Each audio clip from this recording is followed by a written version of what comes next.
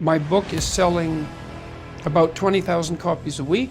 I have royalties that probably amount to something approximating $1.50 on each of those.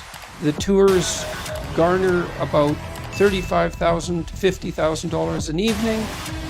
I have a business that's generating something in the neighborhood of $200,000 a month for me personally.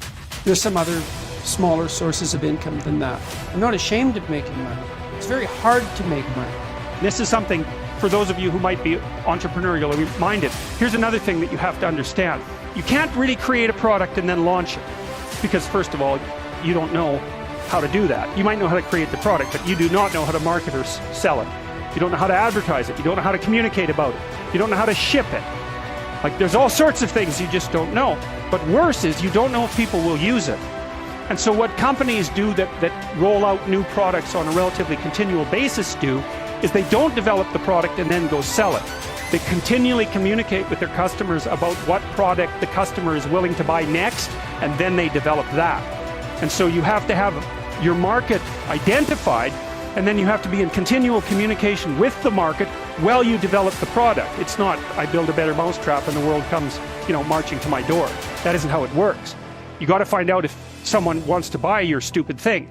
And then the next thing is that even if you have a great thing, you're going to go talk to people and they have 50 great things that they might buy. And they're all great, but they're not going to buy all 50. They might buy one, maybe, and maybe they'll buy it this week, but probably they'll buy it in 6 months.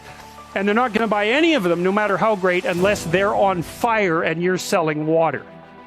Because they're so busy already, they're so overwhelmed and preoccupied by their jobs, that if you come in and you say, well, here, this is going to increase your efficiency by 20%, and here's the 3 weeks you'd have to spend doing that, and then the payoff would come in the next years, they'll say, yeah, well, I'll do that as soon as I have time.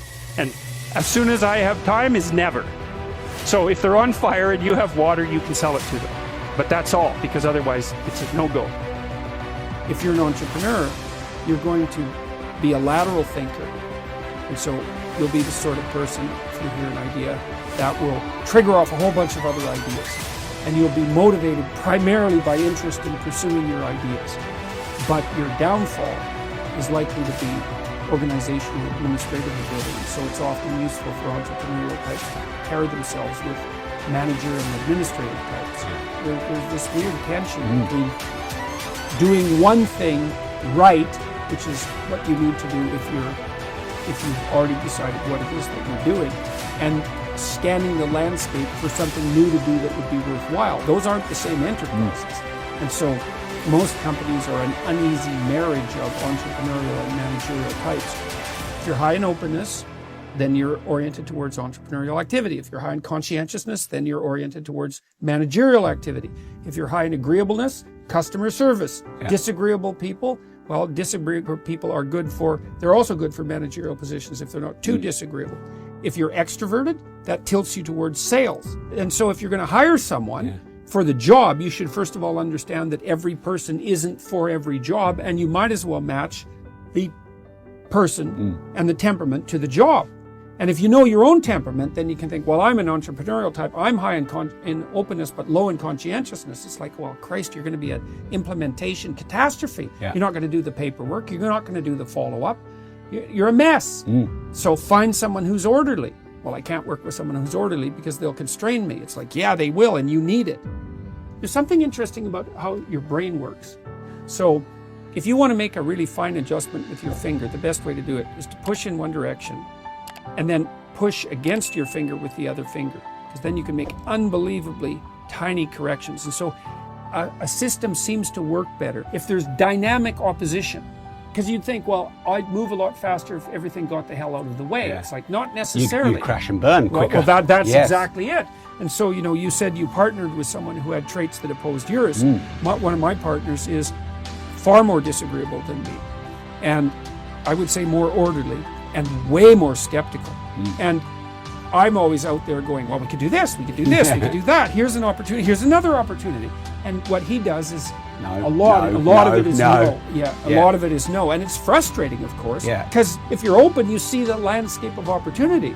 But a quick death is better than a slow, painful death. And working with someone who says no offers you the opportunity to have a quick death. Yeah, And that's actually preferable.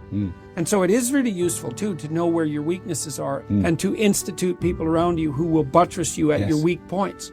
And everyone has their weak points. They're the counterpart to their strong points. The most difficult thing you'll ever do as a business person, in my experience, to find someone who will actually pay you that first time. That isn't your mum. Yeah, that's right. Well, that's right. That isn't a family member. That's an actual customer. Yeah. What's the default answer to, do you want to buy something No. from me? No. No, it's no, go away. Right? It's worse than no. Yeah. It's like, no, and you're bothering me. Yeah. That's the other thing that people don't really understand, is because if you're a naive entrepreneur, you think, well, all I have to do is make a great product. It's like, no, that's about 5% of it. You know, and that shocked the hell out of me when I started building software, for example, because we assumed that we developed software to help people select better employees, and we never could sell it except in very rare circumstances. But we assumed that if we had a product that was validated, we could show that it had the effects that we wanted, and that it was more efficient than other products in the marketplace, that selling it would be easy. It's like, well, that's just so wrong. We're not giving the devil his due. It's really, really hard to be a good salesperson. And people like that are unbelievably rare, and they're unbelievably valuable.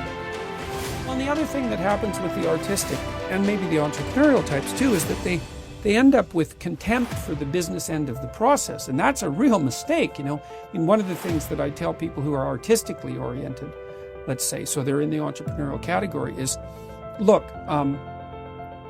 it's virtually impossible for you to monetize your product. That's the first thing you have to understand. So maybe you'll get lucky and you'll figure out a strategy.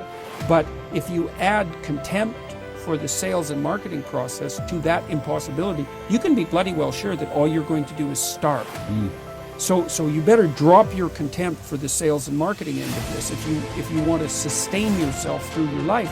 And that's going to be a prerequisite for your creative endeavor. And artists are in particularly dire position, because as a visual artist, for example, you're not only competing with all the visual artists that now exist, and there's plenty of them, but you're also competing with all the dead artists who already have an established reputation and a body of work that's still being exchanged in the marketplace.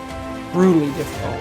And adding contempt to that is not helpful. You should be very thankful that sales and marketing people exist, even though I know there's that, what would you call it, the mercantilist commercial element to it that is sort of, in some sense, you can consider it distasteful from the perspective of higher aesthetics. But don't confuse your ignorance of something important, sales and marketing, with your moral purity. That's a big mistake. It's a big ethical mistake, and you will pay for that.